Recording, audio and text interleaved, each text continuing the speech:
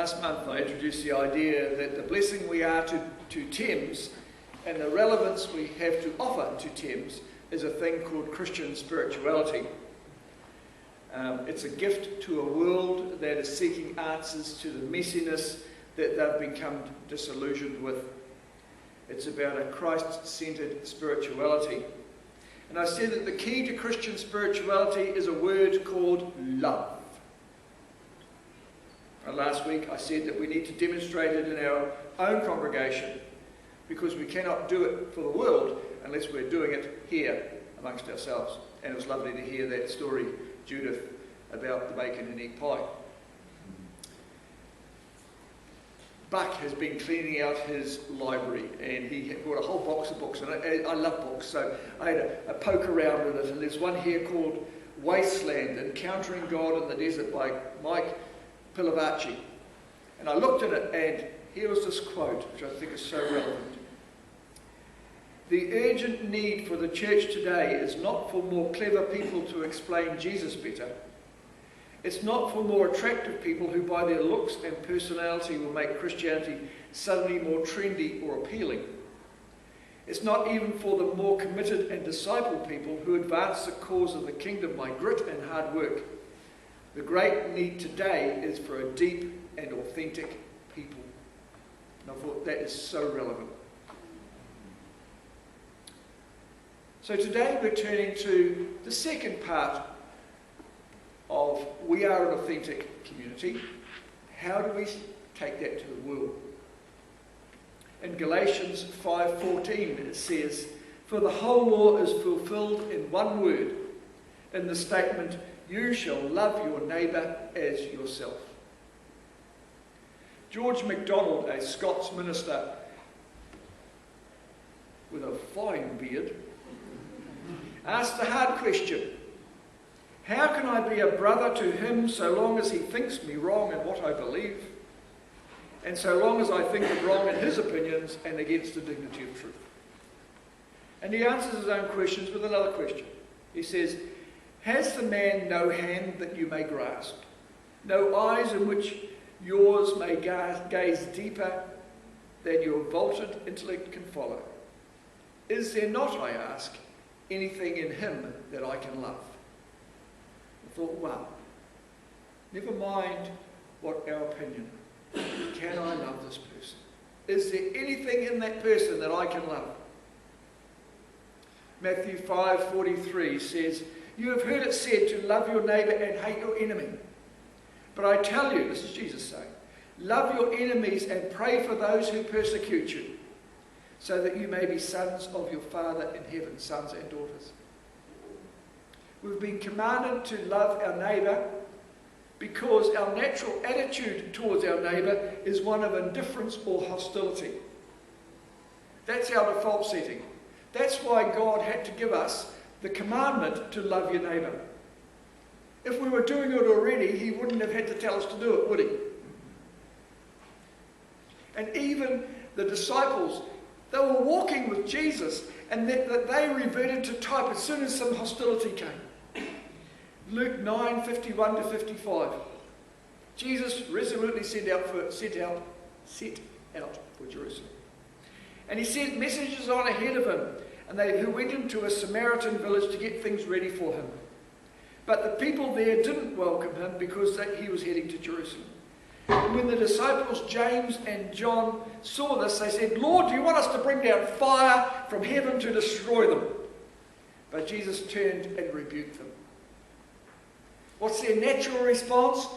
Let's zap the ones who don't like us.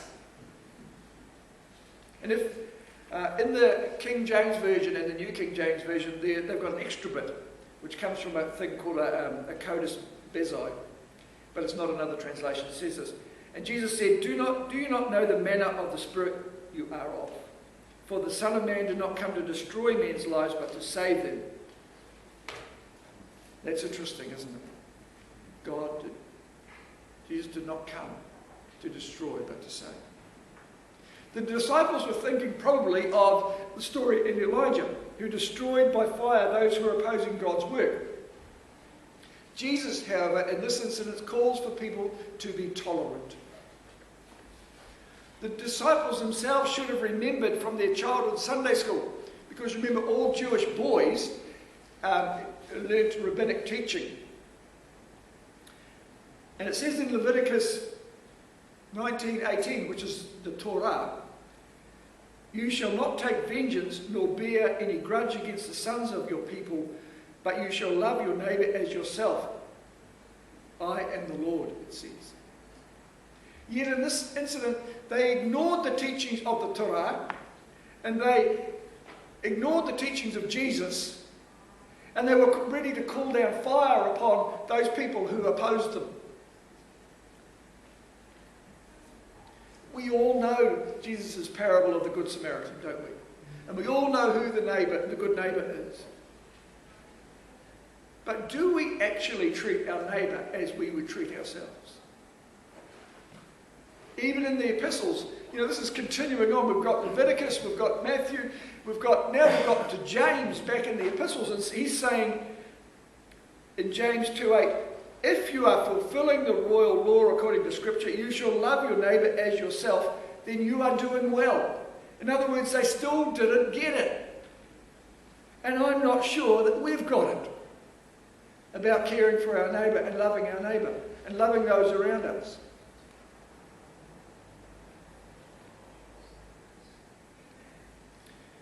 In his book, Mere Christianity, C.S. Lewis says, "Do not waste your time bothering whether you love your neighbour. Act as though you did."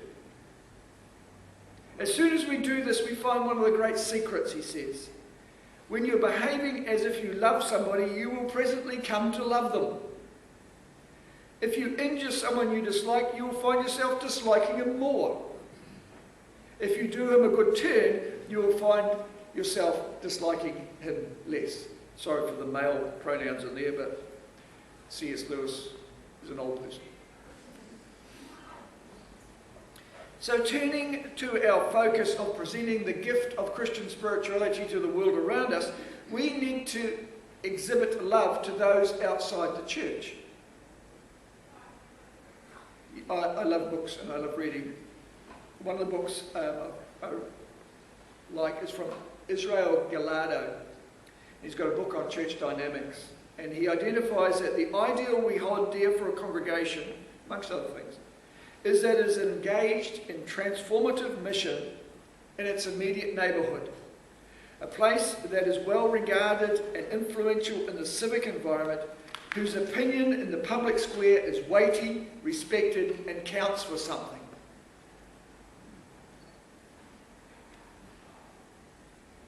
That's what church should look like. And we would like to think that's a reality. But in the same book, Galindo outlines a reality of what church is, and it's a far cry from that ideal. He claims that the church has all but lost its voice in the public square. He says, formerly a centre of community, the local congregation and its campus is now perceived as an unwelcome neighbour that potentially threatens to lower property values rather than contribute to the health and welfare of the community. Now that's not too far from the reality, in actual fact.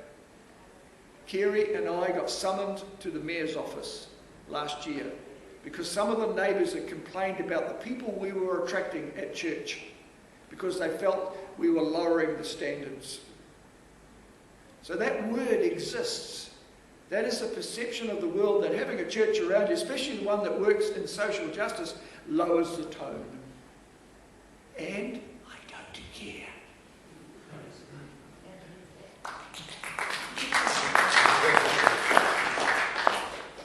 Galindo also suggests that the church has lost its prophetic voice and were unable to address the needs of the community in a concrete way. And I hope that's not the case here. But we need to keep thinking about what is our prophetic voice into this community. He also claims that the church has adopted a business model for measuring success.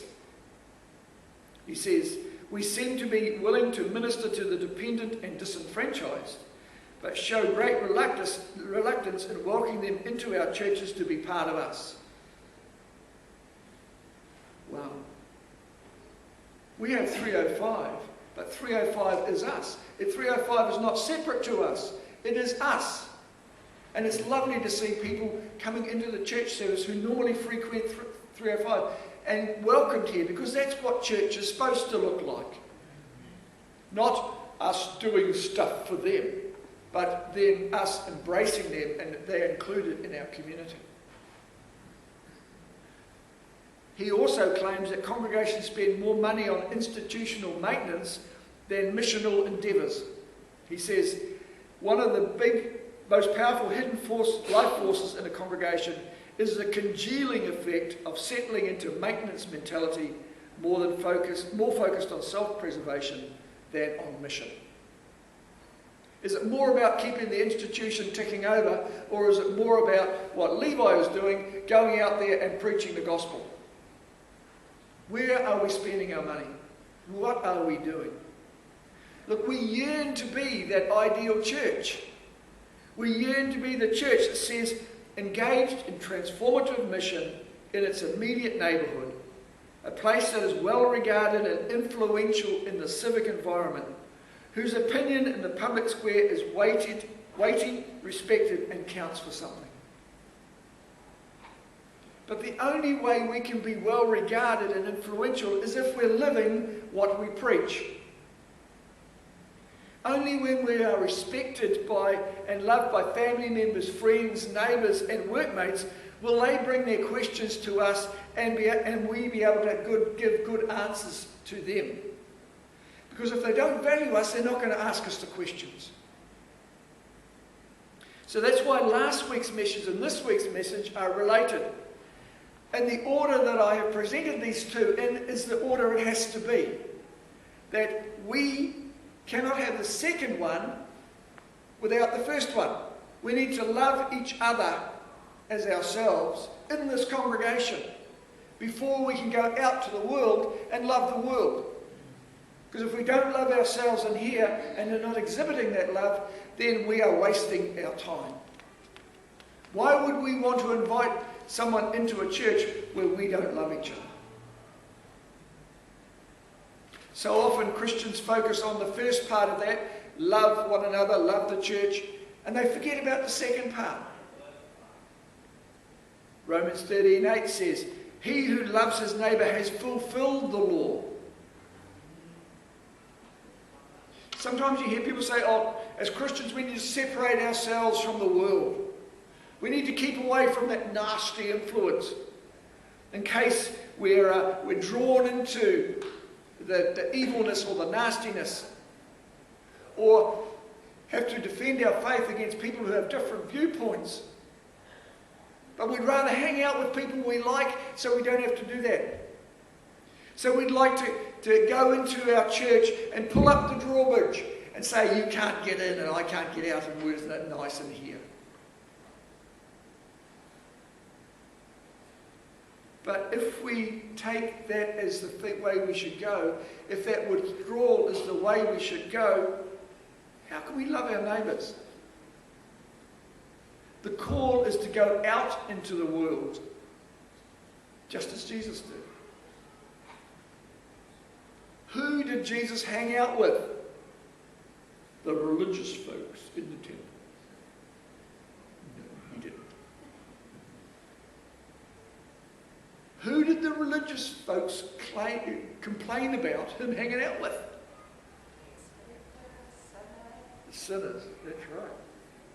See, to isolate ourselves from the world and say we're a nice little cosy, we like where we are, that's a Jonestown or it's a Gloria Vale. That's not the church in the marketplace. And that's no witness at all. Some people claim the example of the desert fathers, the hermits who lived in the desert, who went away from the world and lived little holes, and like John the Baptist ate locusts and honey. The honey I like, not so the locusts. But even for the desert fathers, the love of neighbour was one of the most important practices. And it says, the monk who refused to sacrifice his solitude to care for his brother was a cause of scandal. Hermits frequently broke fast to welcome visitors and offered all their weekly food to satisfy a hungry visitor. They gave up solitude to tend the sick and cared little for bodily health.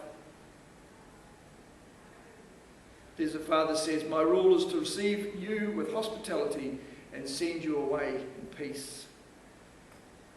See, we're to fulfill both the commandments, to love each other in here, but we're to love those people out there as well.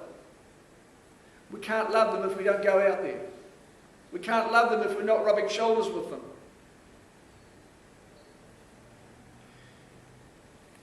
But often preachers will scare you by giving you extreme examples. You know, love, if you're a Jew, love the Samaritans. If you are in the radical left, love the radical right. If you are a prisoner of war, love your captor. If you're a church person, well-heeled church person, love the patched gang member, or the drug dealer, or love the terrorist. And all of those stories are really true. But it doesn't empower people to love their neighbour. It scares them. And they curl up like a little snail and say, "I'm not going out there. It's scary. There's terrorists and gang members and drug dealers and baddies out there, and I'm not going to go out." Rather than empowering them to say, "Well, I'm going to go out there and do it." Our neighbours, in reality, don't fit that category. When you think about your immediate neighbourhood, who is it populated with?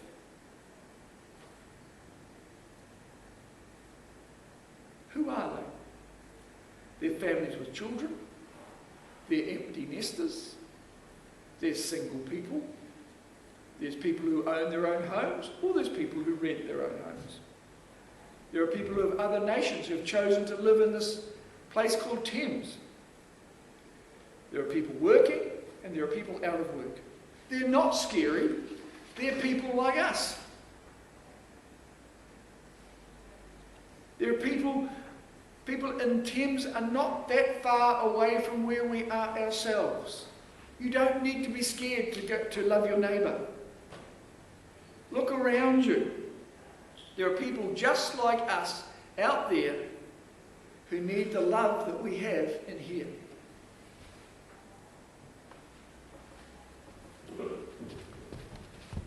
That's our population breakdown in 2013. We have the highest population of over 65s in the country. What are we doing about our neighbours? What are the particular issues that we have that over 65s have? Lack of mobility, family not in the area, all sorts of issues that some of you will know better than me because I'm not yet 65. And you can tell me about that. But these are people who are in our community and we need to love. There are people with disabilities. People with disabilities are not scary. They're lovely. Old people are not scary. They're quite nice and they make nice scones. Young people are not scary.